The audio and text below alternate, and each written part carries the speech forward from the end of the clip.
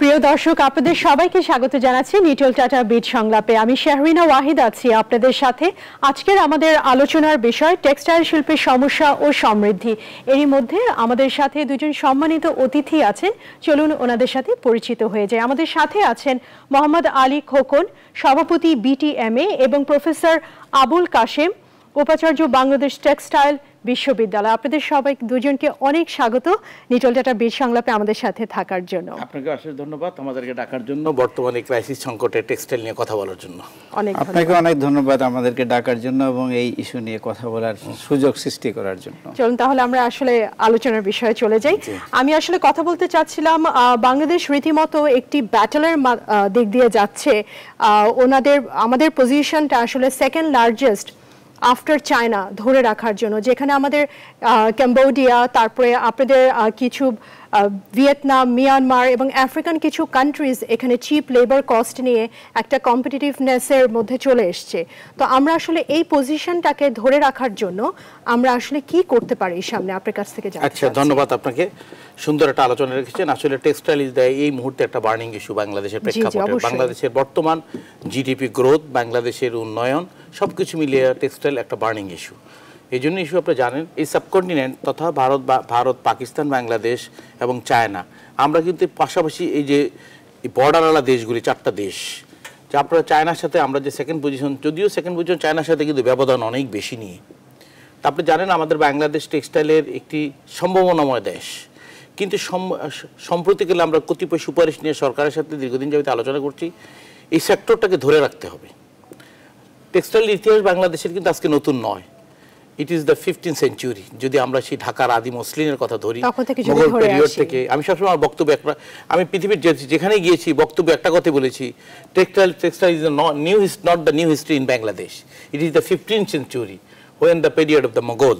আপনারা জানেন বাংলাদেশের ইতিহাসের সেই মোগল আমলের সেই ঢাকার মসলিনের ইতিহাস, সেটি আজকে আবলেশনে আজকের গার্মেন্ট শিল্প, টেক্সটাইল যত কিছু বলেন সেখান থেকে। সুতরাং এই সেক্টর থেকে সরকারের তার টোটাল বিদেশি রপ্তানি যে আয় করে তার কিন্তু 85% কিন্তু এই খাত থেকে আয় হয়। আর এই খাতের মধ্যে দুইটা ভাগে বিভক্ত, একটা হলো রেডিমেড পোশাক শিল্প, তৈরি পোশাক শিল্প, আরেকটি হলো ব্যাকওয়ার্ড লিঙ্কেজ টেক্সটাইল সেক্টর। আমাদের টোটাল সেক্টর কিন্তু $36 বিলিয়ন থেকে $37 বিলিয়ন আমরা এক্সপোর্ট করছি। এই বছরের তথ্যটা সঠিকভাবে পাওয়া যাবে জুন মাস চলে গেলে। আমরা আশা করছি এই বছরের মধ্যে 37-38 বিলিয়ন ডলারে পৌঁছবে। তার অর্থ গত বছরের তুলনায় এবছর প্রবৃদ্ধি 12% বাড়বে আমাদের রপ্তানি ধরে নিচ্ছি। সেই হিসাবে আমরা হিসেব করে বলছি যে $38 বিলিয়ন। তার $38 বিলিয়নের মধ্যে যদি আমরা 85% ধরি, $36 থেকে $35 বিলিয়ন কিন্তু এই খাতের মধ্যে দুটো ভাগে বিভক্ত। একটা হলো ব্যাকওয়ার্ড লিঙ্কেজ, একটা ফরওয়ার্ড লিঙ্ক। ব্যাকওয়ার্ডটা কি? যেটা ফরওয়ার্ডটা হলো তৈরি পোশাক, আর ব্যাকওয়ার্ড হলো আমরা যারা কাপড়, সুতা থেকে কাপড় থেকে ডাইং ফিনিশিং দিয়ে প্রসেস করে করছি। তাহলে ভ্যালু এডিশনটা কি আমরা বেশি করছি। যদি আমরা কি কাঁচামাল আমাদের শুধুমাত্র তুলা, তারপরে সুতা, তারপরে কাপড়, তারপর ডাইং ফিনিশিং, প্রসেসিং হয়। তো সুতরাং আমরা যদি কাপড় থেকে গার্মেন্টস পর্যন্ত ধরি তাহলে সেখানে ভ্যালু এডিশন 55%। আর লোকাল যদি কাপড় এবং সুতা যদি গার্মেন্টস ব্যবহার করে তার ভ্যালু এডিশন কিন্তু 100%। তার কিন্তু বাইরে আর থেকে কিছু আমদানি করতে হয় না।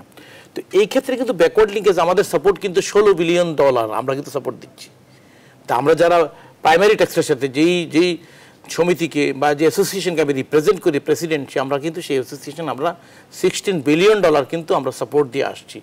যদি এই সাপোর্টটা না থাকতো তাহলে কিন্তু বাংলাদেশের এই $16 বিলিয়ন বৈদেশিক মুদ্রা বাইরে চলে যেত।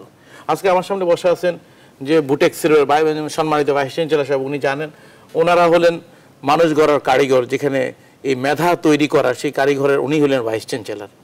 আজকে যে টেক্সটাইল শিল্প আপনি দেখছেন, এর যে আজকে যে টেক্সটাইল ইঞ্জিনিয়াররা যে কেউ বেকার নেই বাংলাদেশে, কাজ জানে, ভালো কাজ জানে, কোনো টেক্সটাইল ইঞ্জিনিয়ার বাংলাদেশে বেকার নেই। কারণ কি? এই শিল্পের কারণে। আজকের এই শিল্পের সারা বাংলাদেশে 64টা জেলায় 64টা টেক্সটাইল ভোকেশনাল আছে, প্রায় 15 থেকে 16টি টেক্সটাইল পলিটেকনিক্যাল আছে। প্রাইভেট সেক্টরে বাদে দিলাম, বুটেক্স আছে। আমরা যেটা প্রাইভেট পাবলিকে চালাচ্ছি সেটা হলো নিটার। সেখান থেকে প্রতি বছর 200 থেকে 250 জন ছেলে কিন্তু বিসি ইঞ্জিনিয়ার বেরোচ্ছে, একটা ছিল বেকার নাই। বরং আমাদের প্রতি বছর যা চাহিদা থাকে ভিটিএমের, প্রতি বছর 50 থেকে 60টা ছেলে আমাদের এখানে খালি পথ থেকে যায় যে আমাদের লোকের চাহিদার জন্য। এই সেক্টরটা কেন এই মেধাগুলির দাম এই জন্যই হয়েছে এই সেক্টরটার কারণে। আসুন আমরা এই সেক্টরটাকে কিভাবে ধরে রাখা যায় সেই আলোচনাগুলি আমরা পরবর্তী আমরা আলোচনায় আসছি আপনার সাথে। আমি যেহেতু পরবর্তী সময় আমাদের প্রফেসর সাহেব আসলে আচ্ছা, আমরা আসলে জানতে চাচ্ছিলাম যে বাংলাদেশ এই কম্পিটিটিভনেসটা আসলে কিভাবে ধরে রাখতে পারে, কারণ আমাদের কম্পিটিশনে আসলে অনেকগুলো কান্ট্রি এখনো অলরেডি চলে এসেছে। তো আপনার ধারণা কি বলবেন এই ব্যাপারে? ধন্যবাদ আপনার প্রশ্নের জন্য। খুব সুন্দর একটি প্রশ্ন যে কিভাবে আমরা এই প্রতিযোগিতায় টিকে থাকতে পারি। এখানে প্রতিযোগিতায় টিকে থাকতে হলে, কারণ এই বিজনেসটা হচ্ছে ইন্টারন্যাশনাল বিজনেস, আন্তর্জাতিক ব্যবসা। আমরা পোশাক তৈরি করে এটা বিদেশে রপ্তানি করছি। শুধু যে বাংলাদেশ রপ্তানি করছে তা নয়, আরো অনেক কান্ট্রি কিন্তু বিদেশে রপ্তানি করছে। তো যারা ক্রেতা বায়ার ইউরোপ বা আমেরিকা, তারা যার কাছ থেকে সস্তায় পাবে তার কাছ থেকে কিনবে। আবার তারা কেনার বেলায় যেমন কস্ট কম চাইবে, আবার কোয়ালিটিটাও তারা আবার ভালো চাইবে। তাহলে এবং এই যে কস্ট এবং কোয়ালিটি, এই দুইটা ক্ষেত্রেই আমাদেরকে কম্পিটিটিভ হতে হবে। তাহলে আমাদের যে ইন্ডাস্ট্রিগুলো যেগুলো আছে, যারা ব্যাকওয়ার্ড লিঙ্কেজ ইন্ডাস্ট্রি তো আছেই, আর ফরওয়ার্ড লিঙ্কেজ বলতে আমরা যেটাকে বুঝছি যে গার্মেন্টস ফ্যাক্টরিগুলোর কথা আমরা বোঝাচ্ছি, যে তারাই আসলে পোশাকটা তৈরি করছে। তো তাদেরকে যদি এই কোয়ালিটি প্রোডাক্ট দিতে হয় এবং কম্পিটিটিভ প্রাইসে যদি তাদেরকে দিতে হয়, তাহলে তাদের দুই ধরনের এফেক্ট বা প্রিকশন তাদেরকে নিতে হবে। একটা হচ্ছে যে কোয়ালিটি প্রোডাক্ট দিতে গেলে তার কোয়ালিটি ম্যান লাগবে এবং কোয়ালিটি মেশিন লাগবে। আমি মানদত্তা আমলের মেশিন দিয়ে কিন্তু ভালো কোয়ালিটি আমি আনতে পারবো না। তাহলে মেশিন কিন্তু প্রতি বছর আপগ্রেডেড মেশিন আসতে আছে। তাহলে আমার কোয়ালিটিটাকে যদি আমি কি ইন্টারন্যাশনাল মার্কেটে কম্পিট করতে হয়, তাহলে আমাকে প্রায়ই কিন্তু এই নতুন নতুন মেশিনগুলা পুরান মেশিন ফেলে দিতে হচ্ছে, নতুন মেশিন নতুন টেকনোলজি আমাকে ব্যবহার করতে হচ্ছে। এখন আমি নতুন মেশিন আনলেই কিন্তু আমার কাজ হবে না। ওই নতুন মেশিনটা চালানোর জন্য এগুলা সব কিন্তু কম্পিউটারাইজড মেশিন, প্রোগ্রামেবল মেশিন। তাহলে ওইটা অপারেট করার মতো কিন্তু আমার দক্ষ মানুষ লাগবে। তাহলে এক্সিস্টিং যে ম্যান পাওয়ার আছে, সেই এক্সিস্টিং ম্যান পাওয়ার দিয়ে কিন্তু আমি ওই মেশিন চালাতে পারবো না। তাহলে আমার এক্সিস্টিং ম্যান পাওয়ারকে কিন্তু মেশিনের মতো আমি বাদও দিতে পারবো না।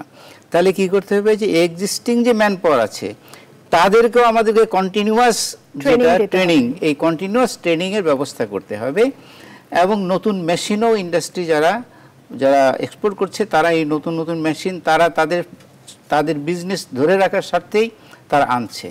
তাহলে হচ্ছে যে একদিকে আমার নতুন টেকনোলজি অ্যাডাপ্ট করতে হবে, আরেকদিকে আমাকে আমার এক্সিস্টিং ম্যান পাওয়ারকে তার সাথে সাথে ট্রেন্ড আপ করতে হবে। একই সাথে আমার প্রতি বছর কিন্তু আমার ইন্ডাস্ট্রি বাড়ছে, নিড বাড়ছে, ম্যান পাওয়ারের চাহিদা বাড়ছে।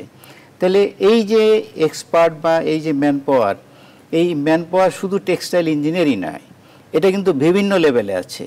এটা ডিপ্লোমা লেভেল আছে, এটা সার্টিফিকেট লেভেল আছে, এটার অপারেটর লেভেল আছে, টেকনিশিয়ান লেভেল আছে। সব লেভেলেই কিন্তু আপনার এই স্কিল লোকগুলা দরকার। আচ্ছা, এখন এই স্কিল লোকগুলা কোথায় পাওয়া যাবে, কে করবে? ইন্ডাস্ট্রি যারা, তারা কিন্তু বিজনেস করে, তাদের কাজ কিন্তু ট্রেনিং দেওয়া না। তারা অলরেডি স্কিলড লেবারস চাচ্ছে, যারা প্রস্তুত আছে, তারা স্কিলড লোক তারা চাইবে। তারা পেপারে বিজ্ঞপ্তি দিচ্ছে, নোটিশ দিচ্ছে, আমি স্কিলড অপারেটর চাই, আমি স্কিলড লোক চাই, আমি স্কিলড ইঞ্জিনিয়ার চাই। তারা ডিমান্ডটা দিচ্ছে। তাহলে এই স্কিল ম্যান পাওয়ারটা সাপ্লাই কে দিবে? তাহলে এটা তো প্রডিউস করতে হবে। তার মানে এই স্কিল ম্যান পাওয়ার আমাদেরকে তৈরি করতে হবে। তাহলে এই স্কিল ম্যান পাওয়ার তৈরি করার জন্য বিশ্ববিদ্যালয় আছে, কলেজ আছে, ভোকেশনাল ট্রেনিং সেন্টার আছে, স্কিলস ট্রেনিং সেন্টার আছে। এগুলা সরকারি পর্যায়েও আছে, বেসরকারি পর্যায়েও আছে। সরকারি পর্যায়ে যেটা আছে সেটা সরকারি ব্যবস্থাপনায় পরিচালিত হচ্ছে, বেসরকারিগুলো ব্যক্তি মালিকানায় প্রতিষ্ঠিত হচ্ছে। বেসরকারি যে প্রতিষ্ঠানগুলো আছে, আমরা বেসরকারি বিশ্ববিদ্যালয় সম্পর্কে কম বেশি জানি, বেসরকারি স্কুল কলেজ সম্পর্কে কম বেশি জানি, যে কিছু আছে যারা ভালো করছে, কিন্তু অধিকাংশই কিন্তু তারা ভালো করতে পারছে না, মানে তারা ভালো প্রোডাক্ট দিতে পারছে না। তাহলে এখানে এই সাপোর্টটা কে দেবে? কথা হচ্ছে যে এই সাপোর্টটা কে দেবে। এবং এটা একটা আমি এক্সাম্পল টেনে বলতে চাই এখানে, যে বিটিএমের প্রেসিডেন্ট সাহেব আছেন, মোহাম্মদ আলী সাহেব, ওনারা একটা প্রতিষ্ঠান আছে, এটা ছিল সরকারের, নিটার বলে, এটা সাভারে। এবং এই প্রতিষ্ঠানটা ওনারা টেক আপ করার আগ পর্যন্ত এটার অবস্থা খুবই শোচনীয় অবস্থায় ছিল। আচ্ছা, আমরা ফিরে আসছি কিছুক্ষণের মধ্যে, একটি বিরতি নিতে হচ্ছে। দর্শক, লিটল টাটা বিচ সংলাপে এই পর্যায়ে নিচ্ছে একটি ছোট্ট বিরতি, আমাদের সাথেই থাকুন।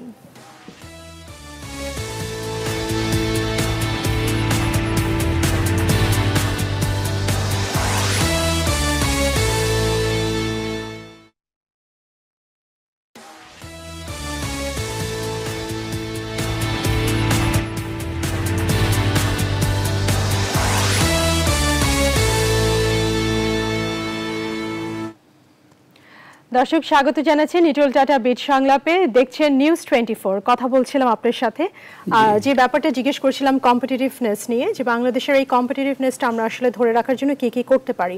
তো আপনি বলছিলেন যে আমাদের আসলে প্রতিটা সেক্টরের মানুষকে স্কিলড করতে হবে, এই ব্যাপারে যদি আরো কিছু বলেন। জি, যেটা বলছিলাম আমি, যে পাবলিক প্রাইভেট পার্টনারশিপের আওতায় নিটার যে প্রতিষ্ঠানটা প্রায় ধ্বংসের পথে ছিল, এটা বিটিএমএ টেক আপ করার পরে তারা এখানে আরো অনেক ইনভেস্ট করেছে, তারা অনেক এফোর্ট দিয়েছে, এবং এখানে এখন ভালো ইঞ্জিনিয়ার, টেক্সটাইল ইঞ্জিনিয়ার তারা তৈরি করছে এবং তারা ভালো করছে, এবং তাদের ল্যাবগুলা অনেক রিচ করেছে, এবং প্রতিষ্ঠানটা এখন অনেক ভালো চলছে। তো এটা করেছে তারা কেন করেছে? কারণ তারা তাদের যে স্কিল ম্যানপাওয়ার যে দরকার, সেই স্কিল ম্যানপাওয়ার তারা পাচ্ছিল না বলেই কিন্তু তারা ওই প্রতিষ্ঠানটা, তাদের ব্যবসায়িক স্বার্থেই ওই প্রতিষ্ঠানটা তারা টেক আপ করেছে, তারা ইনভেস্ট করেছে, এবং তাদের যে কোয়ালিটির ম্যানপাওয়ার দরকার সেটা তারা প্রডিউস করছে। বুটেক্স আছে যেটা সরকারি ব্যবস্থাপনায়, কিন্তু আমরা যে পরিমাণ টেক্সটাইল ইঞ্জিনিয়ার মার্কেটে প্রতি বছর দরকার আমরা তা দিতে পারছি না। আমাদের প্রতি ব্যাচে প্রতি বছর প্রায় 400 থেকে 500 প্রতি ব্যাচে বের হচ্ছে। তাদের পরীক্ষা যেদিনকে, ফাইনাল পরীক্ষা যেদিনকে শেষ হচ্ছে, তার পরের দিন 100% তারা জয়েন করছে। ইন্ডাস্ট্রিরা তারা ডিমান্ড দিচ্ছে, আমরা দিতে পারছি না। তো এখন বুটেক্সেরও তো একটা ক্যাপাসিটি আছে, আমি তো তার বাইরে দিতে পারবো না, কিন্তু মার্কেট ডিমান্ড তো তার থেকে অনেক বেশি। এখন নিটার যেটা করছে তাতেও কুলাচ্ছে না, আরও প্রয়োজন। এখন বেসরকারি পর্যায়ে 19টা বিশ্ববিদ্যালয়ে কিন্তু টেক্সটাইল ইঞ্জিনিয়ারিং প্রোগ্রাম আছে, বাট তাদের কোয়ালিটি নিয়ে প্রশ্ন আছে, এবং এটা উনিই বলতে পারবেন ভালো, যে ওনারা যখন রিক্রুট করেন তখন তারা কি প্রিফার করেন। এটা গেল ইঞ্জিনিয়ার লেভেলে। ডিপ্লোমা লেভেলে যেটা দরকার, এই ডিপ্লোমা লেভেলেও এই টেক্সটাইলের ডিপ্লোমা প্রতিষ্ঠানের সংখ্যা অনেক, 16 থেকে 17টা, 16-17টা হবে না, এত আরও কম। এবং এখান থেকে যে ডিপ্লোমাটা বেরোচ্ছে এরাও কিন্তু সব প্রোভাইড হয়ে যাচ্ছে, সুপারভাইজারি লেভেলে কিন্তু এরা প্রোভাইড হয়ে যাচ্ছে। তাহলে এখন বাকি থাকছে অপারেটর লেভেল। এই যে অপারেটর লেভেলে যেটা, এই জায়গাটাতে একটা বিশাল ঘাটতি। আমরা স্কিল অপারেটর প্রডিউস করার জন্য আমাদের যে টেকনিক্যাল স্কুল অ্যান্ড কলেজগুলো আছে সরকারি পর্যায়ে, তাদের সেই সক্ষমতা নাই। তাদেরকে যদি মানে ডেভেলপ করা না হয়, তাদেরকে যদি ইকুইপড করা না হয়, তাহলে পরে তারা ওই স্কিল ম্যান পাওয়ারটা তারা দিতে পারবে না। গভর্নমেন্টের ওই জায়গাটাতে যেমন জোর দেওয়ার দরকার আছে, আবার তেমনি যাদের ম্যান পাওয়ার দরকার, স্কিল ম্যান পাওয়ার দরকার, তাদেরও এগিয়ে আসতে হবে। তারাও এই পিপিপির আওতায় ওই ধরনের প্রতিষ্ঠানগুলো তারা টেক আপ করতে পারে কিনা। তাহলে পরে হবে কি, যে ওই ফ্যাসিলিটি যেটা আছে সেটাকে তারা তাদের প্রয়োজনে তারা আপডেট করে নেবে, এবং তারা তাদের স্কিল ম্যান পাওয়ারটা ওইখান থেকে তারা তৈরি করে নিতে পারবে। এবং সেই ক্ষেত্রে এই উদ্যোগটা নিলে আমার মনে হয় যে এই ক্ষেত্রে একটা বড় ধরনের সাপোর্ট এই আমাদের ইন্ডাস্ট্রির যে মালিক বা যারা ইন্ডাস্ট্রি তৈরি করেছে তারা এটা পাবে। আরেকটা বিষয় হচ্ছে, যে পরিমাণ ডিমান্ড প্রতি বছর বাড়ছে, যেটা বললাম যে চায়নার সাথে আমাদের গ্যাপ, বিশাল গ্যাপ, সেকেন্ড হলো বিশাল গ্যাপ। তাহলে আমাদের তো এই জায়গাটাতে প্রোগ্রেস করতে হবে। আমাদের কিন্তু প্রচুর আনএমপ্লয়েড লোক আমাদের রয়ে গেছে, এবং প্রতি বছর কিন্তু বেকারের সংখ্যা বাড়ছে। তাহলে এদেরকে যদি আমরা এই স্কিল ট্রেনিং দিতে পারি, তাহলে কিন্তু আমরা এই যে ইন্ডাস্ট্রি নতুন বাড়বে, কিন্তু স্কিল ম্যান পাওয়ারের অভাবে ইন্ডাস্ট্রি মুক্ত হয়ে পড়বে। তাহলে যখনই স্কিল ম্যান পাওয়ারের সাপ্লাইটা থাকবে, তখন কিন্তু এই নতুন ইন্ডাস্ট্রি গড়ে তুলতে এটা সহায়ক ভূমিকা পালন করবে। আবার তারই সাথে আবার কথা আছে যে ইন্ডাস্ট্রি যে করবে, ইন্ডাস্ট্রি করার জন্য তো সাপোর্ট দরকার আছে, গ্যাস, পানি, ইলেকট্রিসিটি, ইউটিলিটি, ব্যাংক, বিমা, ইন্স্যুরেন্স, এগুলা হয়তো আমার থেকে আরো ভালো বলতে পারবেন মোহাম্মদ আলী সাহেব যে আসলে কি তাদের প্রয়োজন আছে। আমি বলবো যে তাদের এই প্রয়োজনটাকেও অ্যাড্রেস করতে হবে, এবং এই বিষয়ে আমার মনে হয় যে মোহাম্মদ আলী সাহেব আরো ভালো বলতে পারবেন। আরেকটা বিষয় আমি এখানে একটু অ্যাড করতে চাই, সেটা হচ্ছে যে জিনিসটা ওনারা গভর্নমেন্টের সাথে ফাইট করছেন, এখানে টেক্সটাইল মিনিস্ট্রি আছে। তো এই যে টেক্সটাইল মিনিস্ট্রিতে যে ফাইটটা তারা করছেন, সেখানে কিন্তু টেক্সটাইল মিনিস্ট্রিতে টেক্সটাইলের কোনো এক্সপার্ট নাই। তো তাদের এই যে প্রবলেমগুলো নিয়ে যখন তারা কথা বলছে বিভিন্ন ফোরামে, বিভিন্ন কমিটিতে, সেইখানে যদি এই টেক্সটাইল ইউনিভার্সিটি থেকে এক্সপার্ট ওখানে যদি ইনভাইট করে নেওয়া হয়, কমিটিতে সদস্য করে নেওয়া হয়, তাহলে কিন্তু এই এক্সপার্ট ওপিনিয়নটা কিন্তু তখন যারা ডিসিশন মেকার তাদের জন্য কিন্তু তখন সহায়ক হবে। কারণ আমার যেটা ধারণা যে যার টেক্সটাইল ব্যাকগ্রাউন্ড নাই, যার টেক্সটাইলের কোনো আইডিয়া নাই, সে যদি টেক্সটাইল বিজনেসের বেলায় সিদ্ধান্ত নেয়, তাহলে সেই সিদ্ধান্তের বেলায় কিছু না কিছু ল্যাগিং থেকে যাবে, এবং আমাদের এই এন্টারপ্রেনারদের তাদের অতৃপ্তি থেকেই যাবে।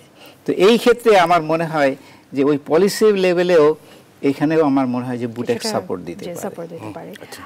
কথা বলছিলাম আপনার সাথে, আমরা আসলে জানতে চাচ্ছি মোহাম্মদ আলী খোকন আপনার কাছ থেকে যে আমি আসলে একটু নেটিং অপারেশনের ব্যাপারে কথা বলতে চাই, যেখানে আমরা অনেক স্পেশালাইজড এই জায়গাটাতে, কিন্তু আমাদের ম্যাটেরিয়াল এবং আমাদের আরো যে অ্যাক্সেসরিজ আছে এগুলো আমরা আসলে বাইরে থেকে আমাদের ইম্পোর্ট করা লাগছে। তো আমরা আসলে এই সেক্টরটাতে আরেকটু ইনোভেটিভ এবং আরেকটু স্পেশালাইজড হওয়ার জন্য, যেন আমাদের, কারণ এই কারণে আমাদের বাইং প্রাইস যেটা আসলে অনেক বেড়ে যাচ্ছে, তো আমরা আসলে এই সেক্টরটাতে কিভাবে আরেকটু দক্ষ হতে পারি? আমি বলি তার আগে বর্তমান টেক্সটাইল যে নাজুক অবস্থা, সেই নাজুক অবস্থাটা আপনাকে আগে জানতে, সেটা যাওয়ার আগে আমি এই আলোচনাটা আমি একটু বলি। সেটা বলি বর্তমানে আপনি দেখেন বাংলাদেশের আমরা যে টেক্সটাইলটা একটা চ্যালেঞ্জের মুখে, আমরা একটা আনইভেন্ট কম্পিটিশন করছি। কিভাবে? যে আমাদের দেশে কিন্তু টেক্সটাইলের মূল জিনিস বেসিক্যালি কিন্তু র মেটেরিয়ালস তুলা, সেখান থেকে সুতা, তারপরে কাপড়, কাপড় থেকে ডাইং, ফিনিশিং, প্রসেসিং, তারপরে ম্যানুফ্যাকচার, রেডিমেড পোশাক শিল্প বলেন, ফরওয়ার্ডিং, সকল ইন্ডাস্ট্রির সাথে জড়িত। কিন্তু সেই তুলনায় বাংলাদেশে বর্তমানে প্রায় 7.5 মিলিয়ন বেল তুলা দরকার। বাংলাদেশ উৎপন্ন করে 1,50,000 বেল।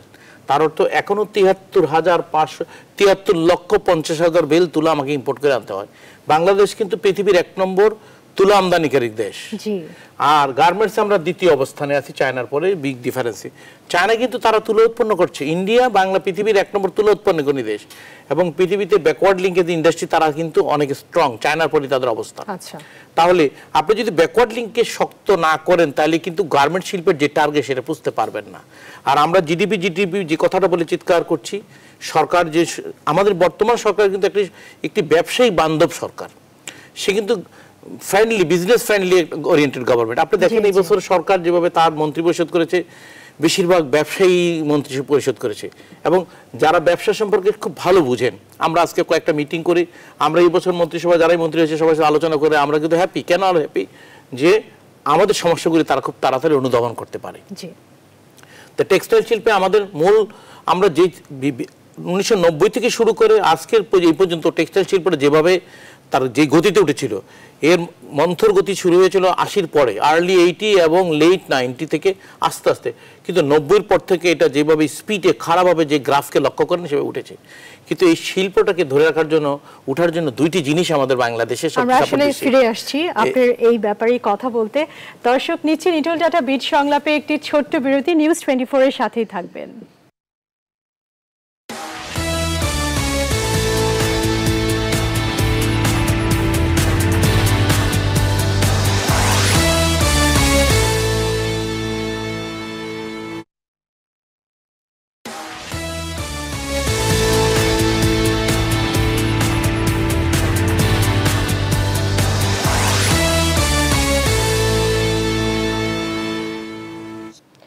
দর্শক, আবারও স্বাগত জানাচ্ছি নিটোল টাটা বিট সংলাপে। দেখছেন নিউজ 24।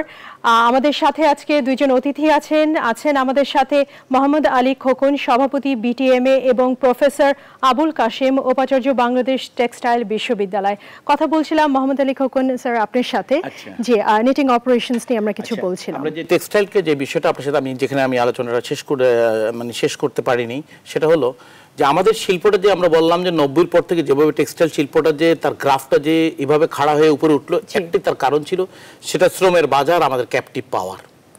আপনি দেখেন বিগত 4 বছরে ক্যাপটিভ পাওয়ার আমাদের 3 বছরে 15 থেকে 157% বেড়েছে। শ্রমিকের মিনিমাম মজুরি সর্বশেষ যেটা বৃদ্ধি পেয়েছে হিসাব যদি 5 বছর আগে থেকে করেন তাহলে 200% বেড়েছে, 100 থেকে 150% বেড়েছে। আমরা মেনে গিয়েছি যে বার্কের আন্তর্জাতিক বাজারে প্রতিযোগিতা, শ্রমের বাজার আমরা বাড়িয়েছি। আবারও গ্যাসের মূল্যের গত আগামী 12 তারিখ গণশুনানির আবার সময় দিয়েছে বিদ্যুতের মূল্য বাড়ানোর জন্য। পাকিস্তান অন্যদিকে রিপোর্ট দেখলাম তারা বিদ্যুতের মূল্য কমাচ্ছে। আপনি দেখেন যে যেখানে ইন্ডিয়া তার ডিভ্যালুয়েশন করছে ডলারের 19%, সেখানে চায়না করছে 13%, পাকিস্তান করছে 36%, আমরা বিগত 8 বছরে 6%। তাহলে আমরা আনইভেন কম্পিটিশন তো করছি। অন্যদিকে আমাদের ইনসেন্টিভ যেটা ছিল সেটাকে কমাতে 2-3%, তাও সেটাকে এফও ভ্যালুর উপর দেওয়া হয় না, সেটা র ম্যাটেরিয়ালস প্রাইসের উপর দেওয়া হয়। আমরা দাবি করছি যে আমাদের ইনসেন্টিভটা বাড়ানো হোক এবং আমাদের এফওবি মূল্যের উপর করা হোক। ব্যাংকের সিঙ্গেল ডিজিট ইন্টারেস্টটা টেক্সটাইলের জন্য করা হোক।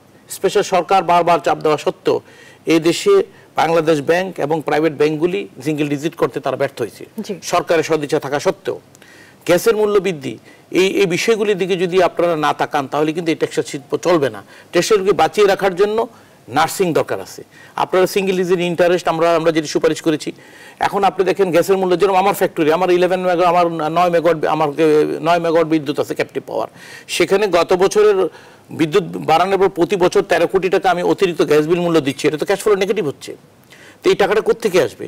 আমরা সরকারের প্রস্তাব নিচ্ছি যে শিল্পগুলি বড় ভারী শিল্প, ব্যাকওয়ার্ড লিঙ্কেজ, এই ইন্ডাস্ট্রিগুলি যেন শিল্পের ঋণের মেয়াদগুলি যেন দীর্ঘমেয়াদী করে দেওয়া হোক, যে 5 বছরগুলি 10 বছর করা হোক, বর্তমান থেকে 10 বছর করে দেওয়া, তাহলে ক্যাশ ফ্লোটা আমাদের মিলে যাবে। ইনসেন্টিভটা বাড়িয়ে দেওয়া হোক, অথবা ডলার ডিভ্যালুয়েশনটাকে বাড়িয়ে দেওয়া হোক, 90 টাকা করা হোক, তাহলে আমরা প্রতিযোগিতায় টিকবো। এই বিষয়গুলি আমরা যদি নার্সিং না করি, আমি আমেরিকাতে 2004 সালে যখন আমি প্রথম টেক্সটাইল সেক্টর ভিজিট করতে যাই, নর্থ ক্যারোলিনা, সাউথ ক্যারোলিনা, প্রফেসর সাহেব উনি জানেন যে আমেরিকার সবচেয়ে রিসোর্সফুল টেক্সটাইল এরিয়া ছিল নর্থ ক্যারোলিনা, সাউথ, দুইটা স্টেট। আমি যখন গিয়েছি সকল টেক্সটাইল বন্ধ, অলমোস্ট অল্প কিছু টেক্সটাইল চলছে, এখন তো টোটাল ক্লোজ। সেখানে ইউনিভার্সিটি বন্ধ হয়ে গেছে, কলেজ বন্ধ হয়ে গেছে, কারণ টেক্সটাইলের পরে কোথায় চাকরি করবে? এই টেক্সটাইল শিল্পের সাথে কিন্তু প্রায় $7 মিলিয়ন ডাইরেক্ট নির্ভর লোক কাজ করছে ডাইরেক্ট। এর সাথে গার্মেন্ট, এর সাথে যদি আপনি ইনডাইরেক্ট ধরেন তাহলে অলমোস্ট 21 মিলিয়ন পিপল কাজ করছে। কিন্তু প্রায় টোটাল জনসংখ্যার 25%-এর আর্নিং কিন্তু টেক্সটাইল ডাইরেক্ট, ট্রান্সপোর্টেশন জড়িত, ইন্স্যুরেন্স জড়িত, ব্যাংক জড়িত। আজকে যে 64 ভোকেশনাল ইনস্টিটিউট আছে, আজকে 12 থেকে 13টি যে আপনি ডিপ্লোমা ইঞ্জিনিয়ারিং কলেজ আছে, বুটেক্স আছে, নিটার আছে, এই সবাই তো চাকরি হার হয় যদি সেক্টরটা একবার বন্ধ হয়ে যায়। তা ভাবা উচিত, আমরা বলি প্রতি 10 জন লোকে একজনের bread and butter textile family থেকে। প্রতি 10টি লোকের পর খুঁজে দেখবেন একটি লোকের কিন্তু bread and butter from textile. তো টেক্সটাইলকে যদি বাঁচিয়ে রাখতে হয় আপনাকে অবশ্যই নার্সিং করতে হবে। আমরা লক্ষ্য করি ভারত তার টেক্সটাইলের জন্য কি করছে, চায়না কি করছে, পাকিস্তান কি করছে। আমরা যদি পলিসিগুলি ফলো করে, এখন ভারত যে পলিসি করছে, আমরা যদি তার উল্টো পলিসি করি তা আমার মার্কেট তো ডাম্পিং করবেই তারা। আমাকে যেন ডাম্পিং করতে তারা না পারে। আমরা সেই ধরনের অ্যান্টি ডাম্পিং আমাদেরকে অলওয়েজ অ্যান্টি ডাম্পিং করার জন্য প্রস্তুত থাকতে হবে। আমরা চায়না আজকে যে কি করছে, আজকে সারা পৃথিবীর মাছ বাজার তারা দখল করে নিয়ে গেছে। তারা কম প্রাইসে, তার নিজস্ব তুলা আছে, যন্ত্রপাতি আছে, তাদের নিজস্ব তাদের দক্ষ শ্রমিক আছে। আমাদের দেশে হাই স্কিল প্রতি বছর $5 বিলিয়ন চলে যায় হাই স্কিল লোক আমরা হায়ার করি বাইরে থেকে। যেটা একটু আগে প্রফেসর সাহেব বলেছিলাম, আমরা আস্তে আস্তে কিন্তু দেখেন এক সময় বাংলাদেশে কিন্তু মিড গ্রেডের লোক ছিল না, আমরা কিন্তু মিড গ্রেড পর্যন্ত অলরেডি লোক আমাদের কিন্তু স্কিল লেবার হয়ে গেছে। বাংলাদেশের এখন এমন কোনো ফ্যাক্টরি পাবে না যেখানে অত্যাধুনিক মেশিন নেই। সেটা ডাইং ফিনিশিং বলেন, প্রসেসিং বলেন, সেটা উইভিং বলেন, স্পিনিং বলেন। ইউরোপিয়ান এমন কোনো ব্র্যান্ড নেই, আপনি আমাকে বলবেন, আমি চ্যালেঞ্জ করে বলতে পারি বাংলাদেশে পৃথিবীর কোন বিখ্যাত মেশিন নিয়ে বলবেন যে আমি না আছে, আমি আপনাকে বলে দিব। আমি অ্যাসোসিয়েট প্রেসিডেন্ট হিসেবে বলবো, প্রতি বছর আমরা যখন মেলা করি, এই মেলায় প্রতি বছর প্রায় 33টা দেশ 1200টা ম্যানুফ্যাকচার আসে। পৃথিবীর এমন কোনো ম্যানুফ্যাকচার নাই, আমাদের ডিটি যে ঢাকা ইন্টারন্যাশনাল টেক্সটাইল ফেয়ার যেটা হয় তারা আসে। এবং আমাদের কাছে ডাটা আছে, পৃথিবীর এমন কোনো শ্রেষ্ঠ মেশিন নাই যে মেশিন বাংলাদেশে নেই আপনি বলতে পারবেন না। তাহলে প্রযুক্তিগত দিক দিয়ে এবং যন্ত্রপাতি দিক দিয়ে আমরা কিন্তু পিছিয়ে নেই। আমরা যে মিড গ্রেডের লোক পর্যন্ত সেখানে আমরা পিছিয়ে নেই। আমাদের দরকার এই মুহূর্তে পলিসি সাপোর্ট। আচ্ছা, সরকারের সেই সদিচ্ছা আছে, আমরা ইতিমধ্যে এই বিষয়ে আলোচনা করেছি। আশা করি এই বিষয়গুলি যদি আলোচনা সাকসেস হয়, টেক্সটাইল সেক্টরটা আবার যেই সমস্যা আছে, সমস্যা অচিরেই এই সমস্যা থেকে বেরিয়ে আসবে। আমি মনে করি বাংলাদেশের মাননীয় প্রধানমন্ত্রী উনি যেই বাংলাদেশকে নিয়ে স্বপ্ন দেখছেন, সেই বাংলাদেশ যে 2021 সালের মিলেনিয়াম গোলে পৌঁছার $50 বিলিয়ন রপ্তানির যে টার্গেট, আমি মনে করি সেটা ইনশাল্লাহ পৌঁছতে পারবে। আরেকটি দিকে আমরা যেটা আমরা রপ্তানি নিয়ে কথা বলি, আমাদের কিন্তু ডোমেস্টিক একটা বিশাল বাজার। জি, আমাদের ডোমেস্টিক মার্কেটটা বর্তমানে আপনি জানেন, বাংলাদেশের ডোমেস্টিক মার্কেটটা বা আজকের বাংলাদেশ 10 বছরের বাংলাদেশ কিন্তু এক বাংলাদেশ নয়। 10 বছর আগে বাংলাদেশের পার ক্যাপিটা ইনকাম ছিল $650, আজকে কিন্তু $1785। 10 বছর আগে বাংলাদেশের বাজেট ছিল 70,000 কোটি টাকা, আজকের বাংলাদেশের বাজেট 4,65,000 কোটি টাকা, নিয়ার অ্যাবাউট $59 বিলিয়ন। আগামীতে বাজেটের পরিধি আরো বাড়বে, মানুষের বাইং ক্যাপাসিটি বেড়েছে। বাংলাদেশের লোকাল মার্কেট কিন্তু $11 বিলিয়ন বাংলাদেশ লোকাল মার্কেটই আছে। এই মার্কেটটা যদি আপনি যে বন্ডের যে অপব্যবহার হচ্ছে, লিকেজ হচ্ছে, যে মিসডিক্লারেশন দিয়ে মাল আনছে, এগুলি যদি বন্ধ করেন, তাহলে বাংলাদেশের যে $1 বিলিয়ন লোকাল মার্কেট আছে, এই মার্কেটটা আমরা যদি সম্পূর্ণ কাজে, কারণ আমরা স্বয়ংসম্পূর্ণ টেক্সটাইল, এখন পৃথিবীর কোনো দেশ থেকে কাপড় আমদানি করা দরকার নেই। বাংলাদেশের মানুষের 17 কোটি মানুষের বস্ত্রের চাহিদা মেটানোর জন্য 17 কোটি মানুষের মধ্যে 50 লক্ষ লোক যারা দেশের কাপড় পরে না, আর বাকি 14.5 কোটি মানুষ কিন্তু দেশের কাপড় পরে। তাহলে এই $11 বিলিয়ন মার্কেট কিন্তু লোকাল মার্কেট আমার আছে। এই 11 বিলিয়ন লোকাল মার্কেটের ভ্যালু এডিশন কিন্তু আমি যদি শুধু তুলে আনি $3 বিলিয়ন লাগে, আর বাকিটা আমার ভ্যালু এডিশন, তাহলে জিডিপিতে কিন্তু লোকাল মার্কেট কন্ট্রিবিউশন কিন্তু 6% গিয়ে দাঁড়ায়। আর আমার যেটা এক্সপোর্ট করছি আমি, সেখান থেকে কিন্তু 13 আসছে, আগামীতে হয়তো এটা 14 থেকে দাঁড়াবে। তাহলে টেক্সটাইল থেকে যদি জিডিপিতে 20% কন্ট্রিবিউশন হয়, তাহলে তো টেক্সটাইলের টোটাল বাংলাদেশের গভর্নমেন্ট যে ডাবল ডিজিট যে জিডিপির স্বপ্ন দেখছে, সেই স্বপ্ন বাস্তবে বেশি সময় লাগবে না। দরকার এখন সঠিক পলিসি সাপোর্ট, ব্যাংকের rate of interest, long time আমাদের ব্যাংকের এগুলি করা, ল্যান্ড পোর্টগুলিকে আর বাংলাদেশের ল এনফোর্স এজেন্সিগুলি, সরকারের সকল মহলগুলি, এবং আমি দেখছি সম্প্রতিকালে এনভিআর খুব সচেতন এই বিষয়ে, যে বন্ডেড লিকেজের বিষয় এবং মিসডিক্লারেশন, কাপড় এনে বাজারে, কালো বাজারে কাপড় বিক্রি। আসলে এতে করে সরকার যেমন রাজস্ব হারাচ্ছে, দেশের শিল্পের ক্ষতি হচ্ছে। ব্যাংকগুলি আজকে ডিফল্টের দিকে চলে যাচ্ছে। দেশের শিল্প বেঁচে থাকলে তো ব্যাংক বিমা চলবে। তা আমি মনে করি এই জিনিসগুলি যদি হয়ে যায়, তাহলে এই শিল্প বাঁচবে, দেশ বাঁচবে, দেশের জিডিপির গ্রোথও বাড়বে, এবং তার সাথে সাথে আমাদের স্থানীয় শিল্পগুলি চাঙ্গা হবে। আর স্থানীয় শিল্প বেঁচে থাকলে টেক্সটাইল ইঞ্জিনিয়ারিং কলেজ চলবে, ভোকেশনাল চলবে, এবং আপনার এই যে আজকের যে বলেন যে ডিপ্লোমা ইঞ্জিনিয়ারিং চলবে। নাহলে তো সেই আমেরিকার মতো দেখা যায় সকল, আপনি আমেরিকার নর্থ ক্যারোলিনা খবর নেন, আজকে গুগলে যান, দেখবেন যে all the engineering college, university, কোনো কিছু নর্থ ক্যারোলিনা আজকে আর নেই। একমাত্র হায়ার এডুকেশন করার জন্য বড় ইউনিভার্সিটিতে পিএইচডিগুলি, ডিগ্রিগুলি দেওয়া হয়, কিন্তু স্থানীয় শিক্ষার যে বিএসসি ইঞ্জিনিয়ারিং, ডিপ্লোমা, এই সমস্ত কোনো ধরনের ইনস্টিটিউশন আজকে আমেরিকাতে নেই।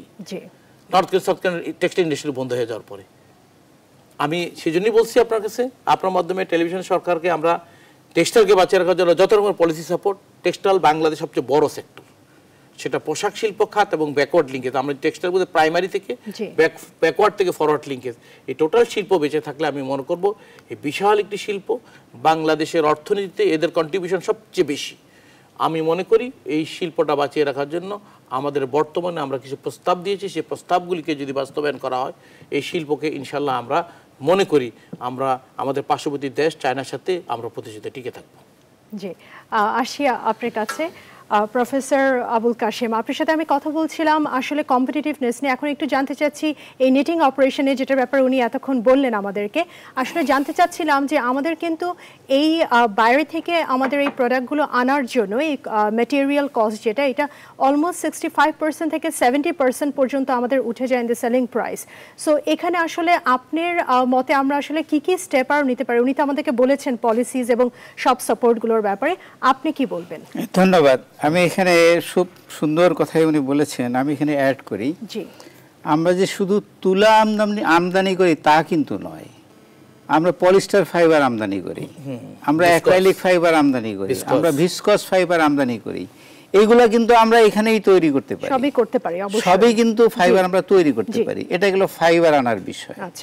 এরপরে যদি আসেন আপনার যে সুতা বানানোর পরে বা কাপড় বানানোর পরে এটাকে রং করতে হবে। এই যে ডাইজ, এই ডাইজ মানে অলমোস্ট 100% ডাই আমাদের ইম্পোর্ট করতে হচ্ছে, এবং কেমিক্যালস লাগে, অসংখ্য কেমিক্যালস লাগে। এই 100% কেমিক্যাল, অলমোস্ট 100% কেমিক্যাল আমাকে ইম্পোর্ট করতে হচ্ছে। তাহলে আমরা যদি এই যে আমাদের যে ব্যাকওয়ার্ড লিঙ্কেজের মাধ্যমে যে কাপড়টা তৈরি করছে এটার কস্টিংটা যদি আমাকে কমাতে হয়, তাহলে যদি আমি এই ডাইস কেমিক্যালের যদি প্লান্ট আমি করতে পারি, রংটা যদি আমরা নিজেরাই এখানে উৎপন্ন করতে পারি, কেমিক্যাল যদি আমরা এখানে নিজেরাই উৎপন্ন করতে পারি, ওই সিনথেটিক ফাইবারগুলো যদি আমরা নিজেরাই উৎপন্ন করতে পারি, তাহলে আমাদের প্রোডাক্টের কস্টিং কমে আসবে।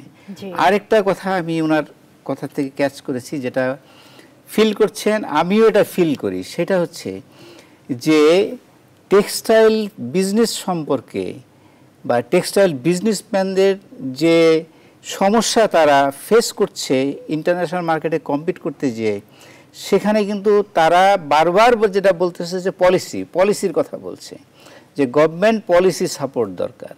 এই যে গভর্নমেন্ট পলিসি সাপোর্ট, গভর্নমেন্টের ভিতরে পলিসি সাপোর্ট দেওয়ার মতো টেক্সটাইলের এক্সপার্ট কোথায়?